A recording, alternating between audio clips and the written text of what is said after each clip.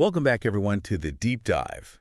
So today we're tackling a topic that you guys have been asking about a lot recently. Yeah, Political misinformation. it's a big one. Yeah, how it's shaping the world, how we can sort of cut through all the noise and understand how this really works. Right? And that's exactly what we're going to do today. Absolutely. The guide for this deep dive is this article Okay. called The Truth About Political Misinformation You're Not Hearing. So, What's the title? yeah, and we're going to cover some really interesting stuff like how misinformation is different from disinformation. Yeah. The psychology behind why we believe this stuff, like confirmation bias, Yeah. and the role of social media algorithms. Oh, of course. We've got to talk about the algorithms. Yeah. And then some real-world examples, the 2016 U.S. election, Brexit, Right. all that stuff. So, Good stuff. yeah, the good stuff. So let's dive right in. I'm curious right off the bat, how is misinformation actually different from disinformation? I always get those two mixed up. Yeah, it's a subtle but important distinction, right? So misinformation is false information, but it's spread unintentionally. Unintentionally. Yeah, so think of it like sharing a news story on Facebook or something. Right. That turns out to be fake, but you didn't know it was fake when you shared it. Okay, yeah. Disinformation is a little more insidious. This is false information that's created and spread with the intent to deceive. Oh, so it's like weaponized lying. Exactly. It's a weaponized lie. Okay, so even if it's accidental, though, Right. misinformation can still be really damaging. Absolutely. Yeah. I mean, think about it. It erodes trust in legitimate news sources. Right. It fuels these divisions between people, and it can even influence how people vote. Oh, wow. Yeah, and it's often presented in ways that make it seem really believable. Like you see these sensational claims or manipulated images and videos, Right. even statistics that are technically true, Okay. but they're presented out of context to mislead you. Oh, that's tricky. Very So, I think a lot of us just assume that this is a new problem. Right. With the internet and everything, social media. Right. But the article makes it clear that this has been going on for centuries. Oh, yeah, absolutely. Yeah. This is not a new phenomenon at all. Wow. If you think back to ancient Rome, Okay. politicians would hire artists to create these flattering portraits of themselves. Oh, interesting. And then unflattering portraits of their rivals. Oh, so like smear campaign. Exactly, yeah. And they would even stage these elaborate public events Wow. to try to influence public opinion. It's basically propaganda. So those togas were hiding some pretty savvy PR strategies. Exactly. They knew what they were doing. So, but how did this evolve, as new forms of communication came along? Well, the printing press was a big one, right? Okay. Now, all of a sudden, you could mass produce pamphlets and propaganda, Right. especially during wars. Oh, I see. And then came the radio, Okay. which Goebbels, who was the Nazi propaganda minister, called the spiritual weapon of the totalitarian state. Wow. So powerful, it allowed for this direct emotional appeal to the public. Oh, interesting. Yeah, straight into their home. And then TV came along, Right. and things got even more interesting, didn't they? Oh, yeah. Like with visuals and everything? Precisely. And the Kennedy-Nixon debates are the classic example. Okay. The people who listened to those debates on the radio, Okay. they felt that Nixon had won. Okay. But the people who watched it on TV Right. were swayed by Kennedy's charisma and his youthful appearance. Yeah, he just looked better. Exactly. It was all about the image. Yeah. And it really marked a turning point where image started to become more important than substance. Kind of disturbing to think about, actually. Yeah. And then came the internet, Oh, yeah. which blew this whole thing wide open. It really did. It's a complete game changer. Now anyone can publish anything. Right. They can reach a global audience, and they can do it almost instantly. Instantly. Yeah, I mean, the speed at which false information can go viral now is just unprecedented. And that brings us to the elephant in the room, social media. Right. Like, it feels like it was designed to spread this kind of stuff. In a way it was, or at least it wasn't designed to prevent it. Right. It's been a breeding ground for misinformation, and one of the key culprits here is the algorithm. Okay, the algorithm. So I think most people listening know that these algorithms are controlling what we see. But break it down for me. How are they actually contributing to this problem? Okay, so imagine you're scrolling through your feed, right? Okay. And you see an article that reinforces some belief that you already have. Right. So you click on it, Right. the algorithm registers that, Okay. and it says, oh, okay, you like this kind of stuff. Right. I'm going to show you more stuff like this. Oh, wow. So you get stuck in this filter bubble where you're only exposed to information that confirms your existing biases. So it's not just that we're choosing to see stuff that we agree with. Right. It's that the algorithm is actively limiting our exposure to other viewpoints. Exactly. It creates these echo chambers where dissenting voices are just completely silenced. Wow. And even well-intentioned people can get trapped in this loop of misinformation. Oh, that's scary. And the scary part is that most people don't even realize it's happening. Yeah, it's like behind the scenes. Behind the scenes, manipulating everything you see. Yeah. And it's no wonder people can't agree on basic facts anymore, right? It's true. It's like we're living in different realities. Yeah, and it makes it really difficult to have productive conversations about anything. So true. It's just a recipe for polarization and distrust. Exactly. So this is pretty disheartening. Yeah. But even if these algorithms are so powerful, we still have to make the choice to believe this stuff, right? Right. So why are we so susceptible to it in the first place? That's a great question, and that's where things get really interesting. Okay. Because it's not just about being gullible or naive. We're actually wired to be susceptible to misinformation in a lot of ways. Oh, now you've got me hooked. Tell me more about this whole psychological aspect. So let's start with confirmation bias. Okay, I've heard of that. You've probably heard of it. It's our tendency to favor information that confirms our existing beliefs, Right. even if those beliefs are completely flawed. So it's like we're actively searching for information that validates what we already think Exactly. instead of challenging our own assumptions. Right, and it goes even deeper than that. Okay. There's this thing called cognitive dissonance, Okay. which is the discomfort that we feel when we're confronted with information that contradicts our beliefs. Right. And to avoid that mental discomfort, Yeah. we often reject or downplay the new information, even if it's true. So our brains would rather cling to a comfortable lie Right. than wrestle with a challenging truth. Pretty much, yeah. It's fascinating and disturbing at the same time. Yeah, it really is. And it explains why some people are so resistant to changing their minds. Even when they're presented with overwhelming evidence, Right. it's like their brains are protecting them from that psychological discomfort. Wow. So is that also connected to that idea of like repetition making something seem more believable? Absolutely. That's called the illusory truth effect. Oh, And basically, the more we hear something repeated, right. the more familiar it becomes. Right. And our brains start to associate familiarity with truth. Oh, wow. That's why propaganda and advertising are so effective, Right. because they just keep repeating the same message over and over and over again. Oh, even if it's not true. Exactly. So like if somebody sees the same false claim about a politician Right. shared by a bunch of their friends on Facebook, Yeah. it starts to feel true even if there's no evidence. Exactly. Our brains are wired to take shortcuts. Right. And familiarity is one of those shortcuts. It makes sense, but it makes us so vulnerable It does. in this world where we have so much information all the time. Information overload. It's crazy. So this is all pretty unsettling, but it also makes a lot of sense. Yeah. Before we move on, is there anything else about these psychological traps that we should be aware of? Well, there's one more important piece, I think, which is emotional reasoning. Okay. Misinformation often preys on our emotions, our fears, our anger. Right. When we're in that emotionally charged state, Yeah. we're less likely to think critically, Okay. and we're more likely to just accept information that aligns with how we're already feeling. So if you see a headline that makes you really angry, Right. you're more likely to share it and believe it. Exactly, even if it's completely fabricated. Wow. Our emotions are really working against us here. They can be, yeah. Okay, so we've established that this is a complex problem It is. with these deep roots in history, Right. psychology, all of it. Absolutely. But before we dive into solutions, Yeah. I'm curious about the real-world consequences of all of this. How does political misinformation actually threaten democracies? Like, what does that look like? That's a great question, and that's what we'll be exploring in the next part of this deep dive. Okay. We're going to look at specific examples of how misinformation has influenced elections, Right. eroded public trust, Okay. and fueled these really dangerous social divisions. Okay. I am ready for part 2. Let's do it. So we've uncovered kind of the roots of misinformation and like the psychology behind why we fall for it. Right. But now I want to get into what this actually looks like in action. Right. Right. Like, what are the concrete ways this has impacted our world? Well, unfortunately, there's no shortage of Yeah. examples. One that comes to mind immediately is the 2016 U.S. presidential election. Oh, yeah.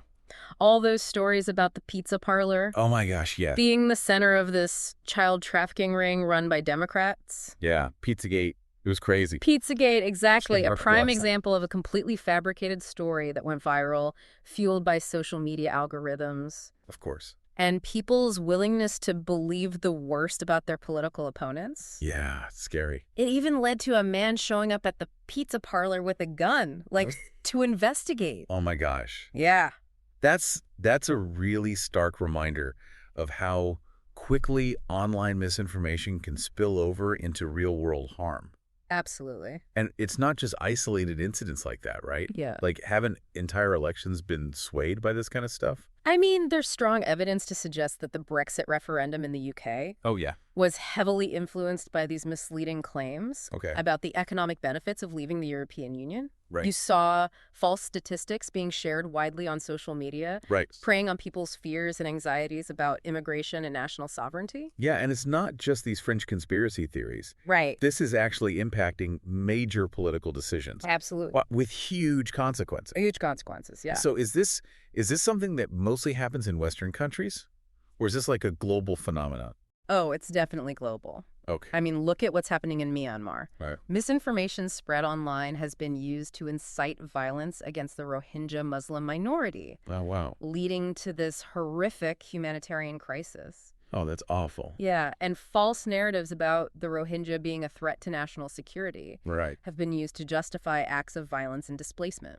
It's so disturbing. Yeah. Because this isn't just some abstract problem. Right. This has a real human cost. It does, absolutely. And it makes me wonder if this is happening all over the world. Yeah. What are the long-term consequences for democracy itself? I mean, the implications are pretty troubling, right? When people can no longer agree on a shared reality Right. because they're getting their information from all these different sources. Right. Completely different. Yeah, and often unreliable sources. Yeah. It becomes almost impossible to have these productive conversations about policy. Right. Or even just function as a society. Yeah. Exactly, yeah. It's like we're all living in these separate realities. Right. Talking past each other. Yeah, instead of actually engaging in meaningful debate. So true.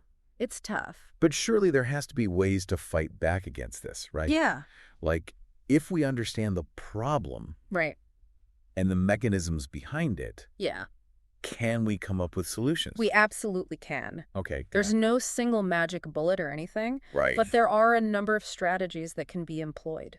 Okay, let's talk solutions. Okay. Where do we even begin? I think one of the most crucial things is education, Okay. specifically media literacy education. Okay. We need to equip people, Yeah. starting at a young age, with these critical thinking skills. Right. So they can navigate the online world and evaluate sources. So it's about teaching people to be more discerning consumers of information, Exactly. not just passively absorbing whatever they see. Right. Like, imagine a world where everyone instinctively checks the source of a story before they share it. Oh, that'd be great. Or understands how algorithms work and can create those filter bubbles Yeah. and limit their exposure to different viewpoints. Yeah, that would be huge. It would be a huge step forward. What else can be done? Well, we need fact-checking organizations Okay. to be well-funded and widely accessible. Right. Sites like Snopes and PolitiFact do such an incredible job Yeah, they're great. debunking false claims. They're like the Mythbusters of the digital age. Exactly. But it still feels like they're playing whack-a-mole with this endless stream of new lies. They are, you're right. Yeah. And that's why we also need to address the root causes, like how social media platforms are designed. Right. We need to think about how these algorithms can be tweaked Okay. to promote diversity of thought and reduce the spread of false content. So isn't there a risk that this could lead to censorship? There is. It's a valid concern. Yeah. Which is why we need a nuanced approach. Right. It's not about silencing certain viewpoints, but it's about creating systems that flag potentially harmful content. Right. Fact-check claims before they go viral and break down those echo chambers. Right. So it's like a more proactive approach. Exactly. So this sounds like a huge challenge. It is. But one that tech companies have a responsibility to address. They do, absolutely. They have the power and resources to Right. make a real difference here. Right. And we need to hold them accountable Yeah. for creating platforms that prioritize truth and accuracy You're right. over engagement and profit. Yeah, because right now the incentives aren't really there. No, not really. Okay, so we've talked about education, fact-checking, reforming social media. Right. What about the role of government? Is Yeah. there a place for legislation in combating this? There are definitely some policy measures that could be implemented. Okay. For example, stricter regulations around online political advertising, Okay. requiring more transparency about who's funding these ads and what their agenda is. So kind of bringing some of the rules that govern traditional media Like into the that? digital realm. Exactly. But, I could already hear people shouting censorship and free speech. right, and any legislation in this area needs to be really carefully crafted Right. to avoid infringing on those fundamental freedoms. Of course. It's a complex issue, Yeah. and there's no easy answer, but I think doing nothing is not an option either. No. The stakes are too high. So we've got a lot of work to do on a societal level. Yeah. But I think a lot of our listeners are probably wondering, like, what can I do as an individual? Right. How can I be a part of the solution? That's a great question, and that's actually what we're going to be exploring in the next part of our deep dive. Oh, perfect. We'll look at some specific actions you can take Okay. in your own life to become a more discerning consumer of information Okay. and a force for positive change. Perfect. I can't wait. All right. So we've talked about the history, the psychology, the threats to democracies, all of it. But now I want to get to what we can actually do about this. Yeah. Because I'm sure a lot of people listening right now are feeling kind of overwhelmed, Yeah. maybe even a little helpless. Sure. So what are some things that we can do to actually make a difference? It's easy to feel powerless, right, when you're faced with such a huge problem. Yeah. But remember, change starts with individual action. Okay. Like every time you question a claim or share a fact check, Right. you're pushing back against the tide of misinformation. Okay. I like that. Yeah. It's a reminder that we're not just these passive consumers. Right. We actually have agency. We do. So Yeah. what are some specific things that people can do to be more proactive? Well, first and foremost, be skeptical. Okay. Don't take anything at face value, especially if it's from a source you're not familiar with. Right. Check the website, look at the author's credentials, Okay. see if other reputable news outlets are reporting the same story. So a healthy dose of skepticism is our first line of defense. Exactly. What else? Develop your own internal BS detector. Okay. Look for the telltale signs of misinformation, those sensationalized headlines, Right. emotionally charged language, Right. the lack of evidence. Yeah. It's like learning to spot a phishing email, but for the news. Exactly. Are there any other red flags that we should be looking out for? Pay attention to the images and videos that are being used. Okay. Are they taken out of context? Right. Have they been manipulated? There are tools out there that can help you verify images and videos. Right. So don't be afraid to use them. So it's like we're all digital detectives now, Right. looking for clues Exactly. and inconsistencies. Yeah, and don't underestimate the power of what's called lateral reading. Okay. So if you come across a claim that seems kind of iffy, Right. open a new tab, do a little research, Right. see what other sources are saying, look for evidence from credible organizations and experts. So cross-referencing information, getting multiple perspectives Precisely. before you form an opinion. Exactly. And remember, if something sounds too good to be true, it probably is. Oh, yeah. Misinformation often preys on our desires and our fears. Right. So be wary of claims that seem to confirm your biases or tap into those emotional vulnerabilities. That's really good advice Yeah. for being a more critical consumer of information. Right. But what about when we encounter misinformation being shared by other people? Right. Like, how do we approach those conversations? That's where things can get a little tricky, Yeah. but it's crucial to address misinformation when you see it,